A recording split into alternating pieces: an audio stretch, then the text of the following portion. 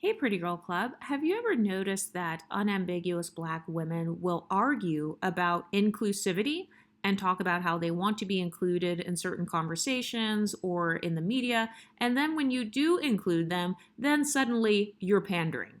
I've heard this comment about my YouTube channel. I've heard this comment about Beyonce and her sacred brand.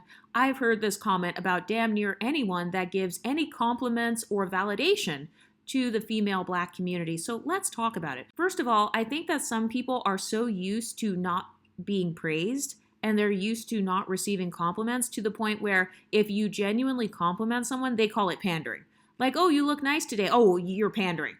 Oh, this hair care line, it includes all hair types. Oh, well, she's pandering. She has to pander to the Black community in order to get sales. First of all, marketing.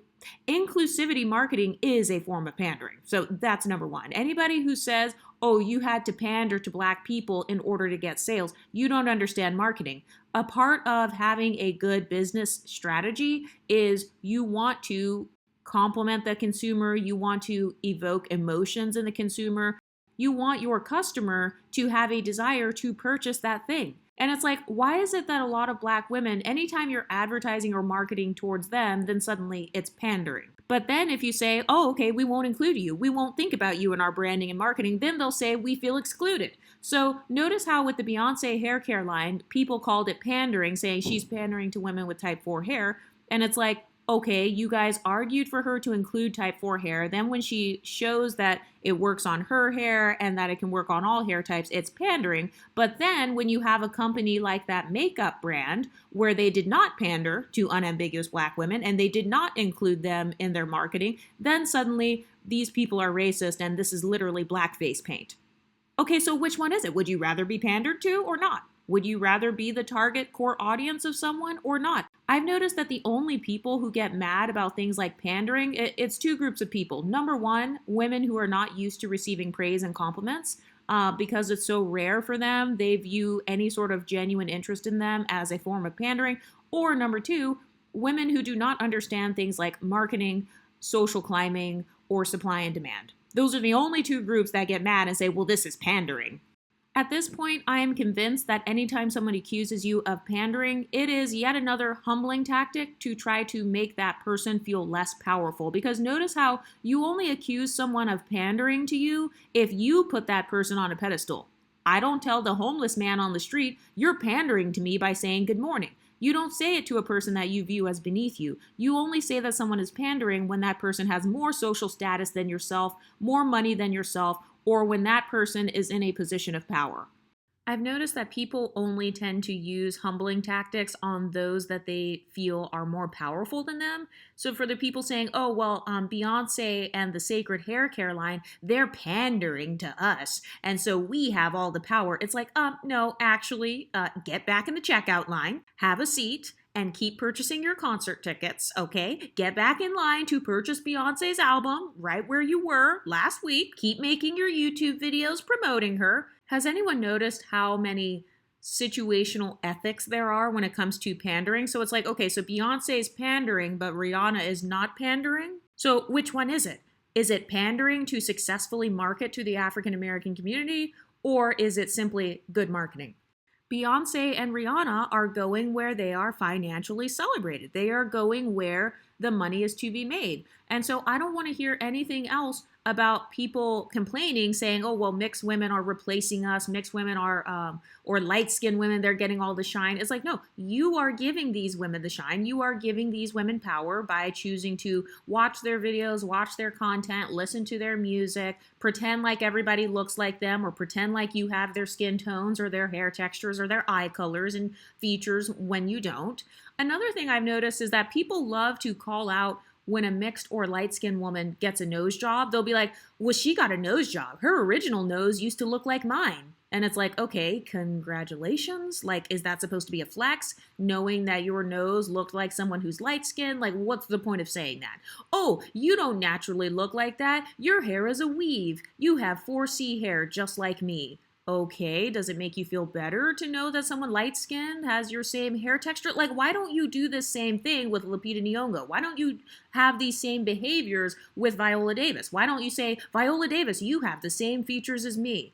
Why is it that when I put images of Viola Davis or Lupita Nyong'o or anyone unambiguous on my channel as a representation for unambiguous blackness, then people want to say, well, we don't even look like that. We look like Beyonce. And it's like, okay, if everybody in America looked like Beyonce or Rihanna, there would be no colorism, texturism, or featureism because we'd all have the same skin color, hair texture, and features. But clearly, we don't all look alike.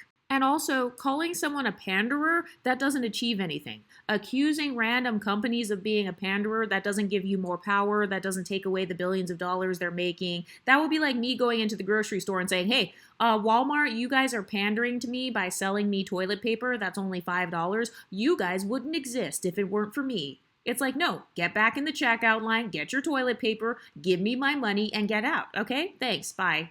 And also, I don't want to hear anything about pandering when we've got women taking $300 courses on how to date a white man or how to get white men to be attracted to you or, what do white men like? White men like it when I wear my hair in an afro, so I'm going to wear my hair in an afro. White men like it when I talk a certain way, so I'm going to talk that way so that he can like me. Oh, foreign black men like me because of my skin and my hair, so I'm going to go and date foreign black men. So why is it that when you are going where you're celebrated or when other groups of women go where they're celebrated or when they sell products to a consumer, it's no big deal. She's getting her bags. Congratulations. She is successful. She's good at marketing. But suddenly, if the woman is light-skinned with curly hair, such as Beyonce, oh, well, she's pandering. She wouldn't have anything if it weren't for black women purchasing her products. And it's like, okay, even if that's true, so what? Beyonce still has more power. You guys still ignore Kelly Rowland in favor of Beyonce. So it's like, did you saying that? Do you feel better now? Do you feel more powerful now?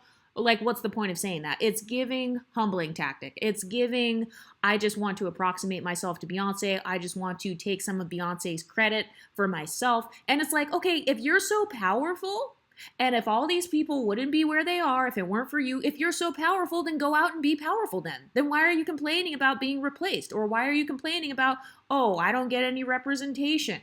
So you complain about not getting representation, but then when Beyonce decides to represent you in the sacred hair care brand, then suddenly it's pandering.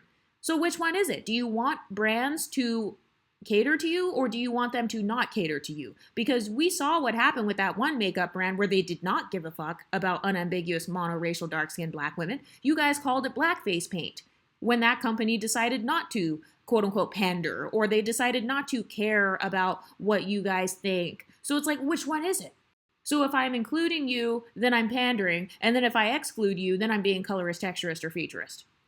And also, has anyone noticed how a lot of unambiguous women find pride by approximating themselves to a light-skinned woman like Beyonce? Like, oh, Beyonce is pandering or catering to dark-skinned black women. Oh, well, Exoticals United, she's talking about black women. So that means that we are validated as black women because Exoticals United is talking about us. And it's like, well, why are you putting these people on such a high pedestal? Like, why do you care? Do you feel better about yourself now, knowing that these people are noticing you? Like, is that really where you're getting your self-esteem from? Because if so, wow, I am so sorry to hear that. And it's like, unambiguous black women were the main ones who begged Beyonce to come online and show herself using the sacred hair care, showing herself using it on her natural hair. And I feel like part of it was because people were hoping that Beyonce would have 4C hair so that they could then brag and say, look, I have the same hair texture as Beyonce, as if that somehow makes them more beautiful or makes them more valid. And this is what I'm talking about. A lot of people want to approximate themselves to you because they are hoping that some of your perceived beauty or perceived social status will somehow rub off onto them.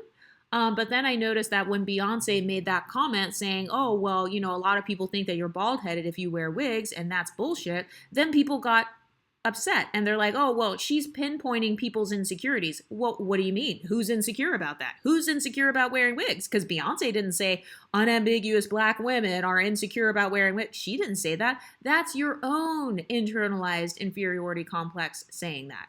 But anyway, what do you ladies think? Have you ever been accused of pandering? And have you noticed the hypocrisy about how if you ignore unambiguous black women, then you're being racist or you're pretending they don't exist. But then if you acknowledge unambiguous black women, then suddenly it's pandering. So you're damned if you do, damned if you don't. What do you ladies think? Let me know in the comment section and I'll talk to you next time. Stay pretty, ladies.